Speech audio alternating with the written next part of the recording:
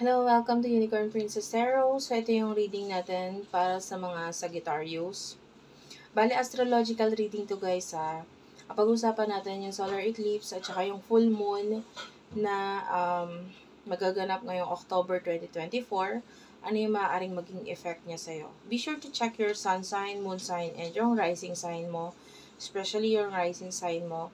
Dahil maaaring ito yung magbigay ng messages sa'yo. Okay? And yeah, let's start. Sagittarius. Okay. Yung solar eclipse kasi dito sa Philippines magaganap siya October 3 ano. Pero dun sa iba October 2. Depende kung nasaan ka part ng mundo. Ikaw nang bahala mag-check doon. And then nangyayari siya sa sign of Libra. And then yung full moon naman will happen October 16 or 17 sa Philippines, 17 siya. Sa sign naman ng Aries. Okay. So, ano yung maaaring maging effect niya sa'yo? Okay, Sagittarius. New moon.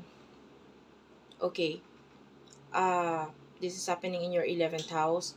So, yung iba sa inyo pwedeng maybe a new beginning na may kinalaman sa iyong friends. Okay, or maybe a new friend. The possibility of like maybe a new friend or a friend in the past kasi ito nagkakaroon siya ng conjunction with the south node. So pwedeng magkaroon ng past person or maybe past friend ang magresurface sa buhay mo, and or a new friend will talk to you, makikipag-communicate sa'yo, maybe something to do with business kasi nandito rin naman yung Mercury na nagkakaroon ng conjunction with this South Node and also with the Black Moon Lilith. So,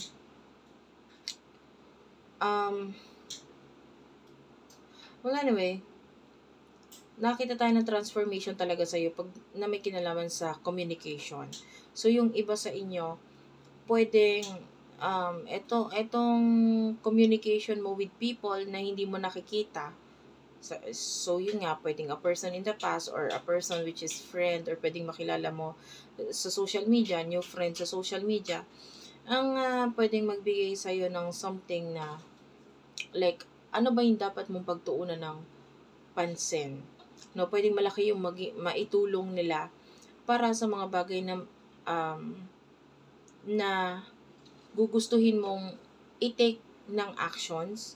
Well, actually, yung effect kasi ng solar eclipse, tumatagal siya until 6 months prior nitong solar eclipse. So, mga March to April 2025, pwedeng maramdaman mo pa siya. So, yan.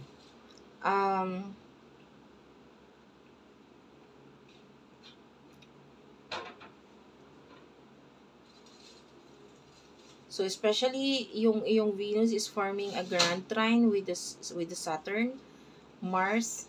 Ayan, yung grand trine niya is all in water sign, Cancer, Scorpio, and Pisces. So, very emotional itong eclipse na ito for you.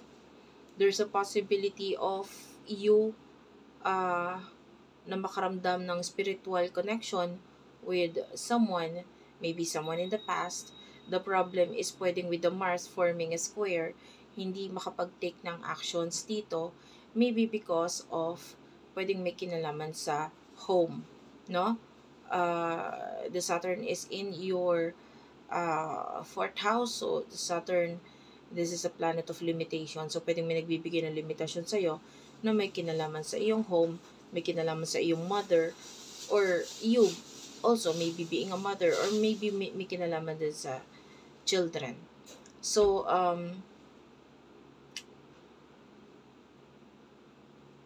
nakakita din tayo dito ng transformation pagdating sa way mo ng paano ka makikipag-connect or communicate, or paano mo gagamitin ang social media para magkaroon na, like, I can see big transformation sa'yo na may kinalaman sa mga kakonect mo sa online. Okay?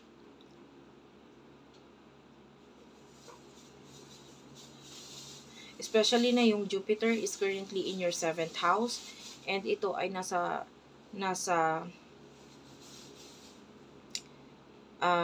sign of Gemini. Gemini ruling planet niyan is Mercury. So, Jupiter is all about expansion. Jupiter is all about growth, luck. So, dahil ito ay nasa 7th house, so nakakita tayo ng growth sa area ng life mo na may kinalaman sa partnership, marriage, one-on-one relationship. So, for some of you, maybe there's a possibility of a friend, no, na pwedeng magkaroon ng deeper level of commitment. So, kung gugustuhin nyo na magkarelasyon na, kasi medyo nararamdaman mo na itong person na to is, pwedeng matagal na rin naman na kayo nagkakausap or matagal na rin naman kayo magkaibigan. So, there's a possibility na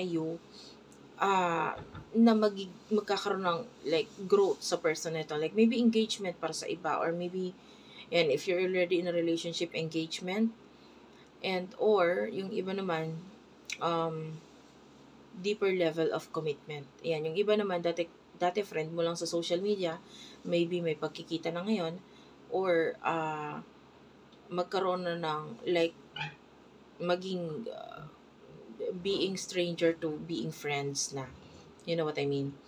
And yeah, because yung Mars is currently in Cancer, so nakakita tayo dito ng pag-take ng actions mo na may kinalaman sa areas in life mo na it's forming a grand trine with the Venus. So lalo na kung spiritually connected ka sa isang tao, no, nararamdaman mo na spiritually at etong taong ito ay parang may something sa amin. So nakita tayo ng action mo towards them, and sila din naman towards you. So maaaring magkaroon ng new beginning sa inyo dahil dun sa mga actions na gagawin ninyo sa connection na ito. Okay? So, punta tayo sa full moon. Actually, yung full moon, it's happening in the sign of Aries. Ayan, and by the way nga pala, especially nung yung new moon is in, in the sign of Libra.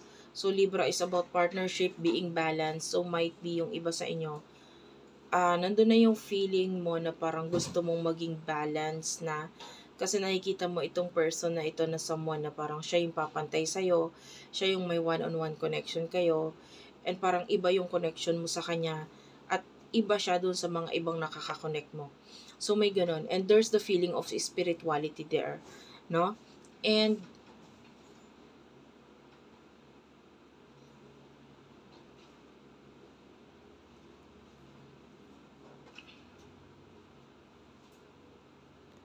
punta tayo dun sa full moon na. Yung full moon naman, it's happening in the area of your life na may kinalaman sa 5th house. So, during this time, pwedeng maybe there's this big change, transformation, ending, or maybe new beginning na rin na may kinalaman sa creativity, your hobbies, ano yung nakakapagbigay ng entertainment sa'yo, ano yung nakakapagpasaya sa'yo. Maybe may kinalaman rin sa iyong children, or sa iyong, kung ikaw ay may anak, or with regards to romantic partner. Okay? Some of you, it's forming a sextile with the planet of Jupiter. So, nakita tayo ng growth dito. Pwedeng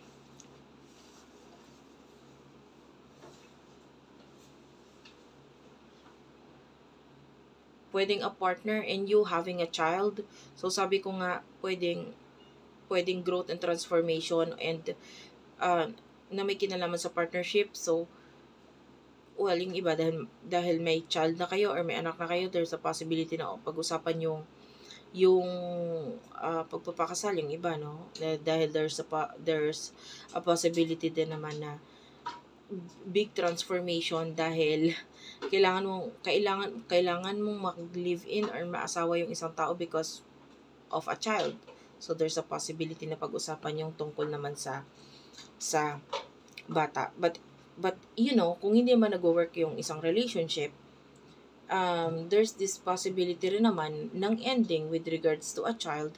So, pwedeng pag-usapan kung paano aayusin or um, paano ang gagawain kung halimbawa magkakaroon ng separation and what to do with the child. So, there's a possibility na magkaroon ng ganoon. And,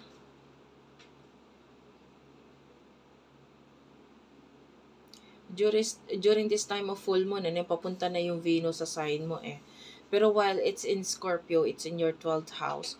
So, nakikita natin na maaaring there's an ending of, Venus is a planet of love and beauty, planet of, what you attract and what you like. And nagkakaroon ito ng opposition with the Uranus. So, yung iba sa inyo, might be, there's a possibility ng pagbabago ng kung paano ka na-attract sa isang tao. Kung dati attracted ka sa kanya, pwedeng mabago yon. Ngayon, yung iba naman, kung dati hindi ka attracted sa kanya, pwedeng mabago rin yon. Pwedeng maging attracted ka doon sa isang tao na dati hindi ka naman attracted sa taong to. Okay? And, but there's this tug of war. It's forming an opposition. So,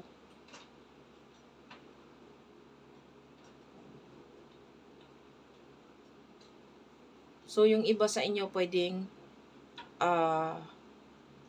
might be because of work or career, pwedeng nagiging dahilan kung bakit parang, for example, gusto mong makausap yung isang tao and like maybe you are attracted to this person hindi mo siya makausap because of your work, because of your daily activities.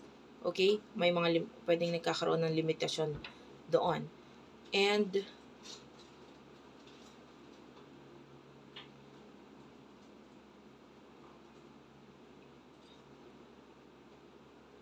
well, yung Mars kasi during this time is nasa Cancer.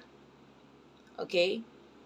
Mars in Cancer, medyo hindi siya okay doon. Hindi siya at home sa sign of Cancer.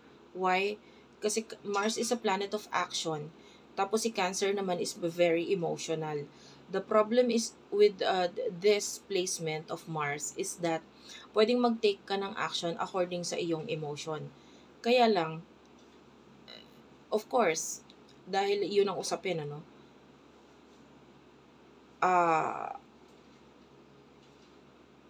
with the areas of your life na may kinalaman sa, full moon is in your 5th house. So, pwedeng ikaw ay mag-take ng action, for example, regarding a child.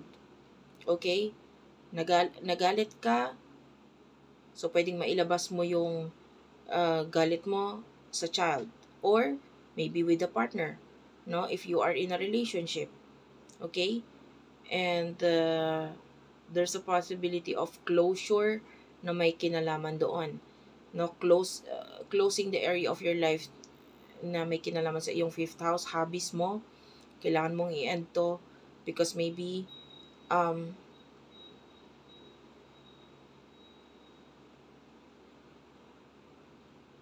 like for example yung connection mo with someone, nakikitaan mo na hindi to okay, hindi mo to gusto, and then you want something na mas mag-work out sa iyo na pwedeng may kinalaman sa iyong past. So mas nakikita natin na ang focus mo na andon, especially yung sun mo is nasa Libra. So, there's this feeling na parang, sino ba yung mga taong mas babalansa sa'yo? And then, sino ba yung mga taong hindi mo feel? Mas feel mo hindi nagwo-work out yung connection ninyo? And there's this possibility of an ending there during this full moon. No? Para actually, yung mga ending is okay. Why? Kasi ending, hindi ka magkakaroon ng new beginning kung hindi ka mag-e-end muna. Kung hindi ka maglalagay muna ng closure sa isang bagay. And might be, may mga taong mas magbibigay ng happiness, ng transformation, and mas magdadala sa'yo or magtutulong sa'yo para magawa mo yung purpose mo in life, and maybe whatever areas of your life na parang naramdaman mo na nakuha mo na yung mga lessons na dapat mo matutunan doon. It's time for you to end this thing or stuff na dahil para mas makapag-focus ka naman sa bagong beginning for you. Okay? Kumbaga kailangan talaga mandatory na yung ending nito, para mas ma-welcome mo na yung mga new beginnings. And especially na nga ito ay nagkakaroon ng aspect with the planet of Jupiter. So kung ano man yung mga ending, magbibigay ito ng growth para sa'yo. Dahil hindi magkakaroon ng growth sa'yo kung hindi mo muna i-end ang isang bagay o ang isang relationship na hindi na nag-work out para sa'yo. Okay, thank you for watching guys. I love you all and bye-bye. Sana mag-comment ka ha. Diyan sa baba, ma-appreciate ko yun. Thank you for watching.